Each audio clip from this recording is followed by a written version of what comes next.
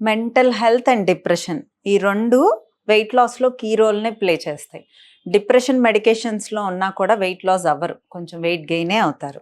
So ఈ mental health and depression రెండు క్లియర్గా మంచిగా అవ్వాలి అంటే థెరపీస్ మెడికేషన్ కన్నా సెల్ఫ్ హీలింగ్ అనేది చాలా ఇంపార్టెంట్. సెల్ఫ్ హీలింగ్ ఎలా చేసుకోవాలి? మన బాడీలో హ్యాపీ హార్మోన్స్ కనుక రిలీజ్ అయితే మన బాడీ తనకు తాను సెల్ఫ్ హీలింగ్ చేసుకుంటుంది. హ్యాపీ హార్మోన్స్ రిలీజ్ అవ్వాలంటే డెఫినెట్గా మనం హ్యాపీగా ఉంటేనే, మూడ్ అనేది చేంజ్ అయితేనే జరుగుతుంది. డిప్రెషన్లో ఉన్న వాళ్ళు ఎప్పుడైనా ప్లేస్ చేంజ్, కొత్త పీపుల్ని మీట్ అయినా, కొత్త వెదర్, కొత్త క్లైమేట్ ఇవన్నీ చూసినా కూడా కొంచెం డిప్రెషన్ నుంచి కామ్ అవుతారు. Exercise, yoga, walking, meditation, breathe in breathe out exercises వల్ల ఎండోర్ఫిన్ అనే హ్యాపీ హార్మోన్ రిలీజ్ అవుతుంది.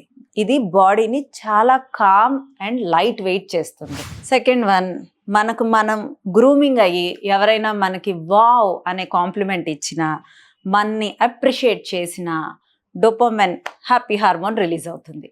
సో మనం నీట్గా సెల్ఫ్ గ్రూమింగ్ చేసుకోవటం కూడా హ్యాపీ హార్మోన్ రిలీజ్ అవ్వటానికి హెల్ప్ చేస్తుంది. ఎవరికైనా ఎక్కువగా హెల్ప్ చేస్తున్నా, వేరే వాళ్ళతో చాలా ఆప్యాయంగా పలకరించినా, ఇది కూడా హ్యాపీ హార్మోన్స్. ఇలా చేయటం వల్ల కూడా మనకి డిప్రెషన్ నుంచి, మెంటల్ హెల్త్ నుంచి చాలా కామ్ అవుతుంది బాడీ. ఈ రోజుల్లో హగ్గే మర్చిపోయారు.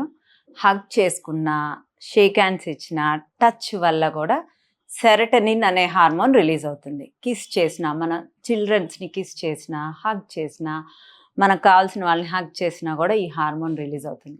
ఇవన్నీ మనని డిప్రెషన్ నుంచి బాడీ చాలా కామ్ చేస్తుంది. సో హ్యాపీ హార్మోన్స్ వల్ల మనం డిప్రెషన్ నుంచి ఆల్మోస్ట్ 80% డౌన్ అవుతాం.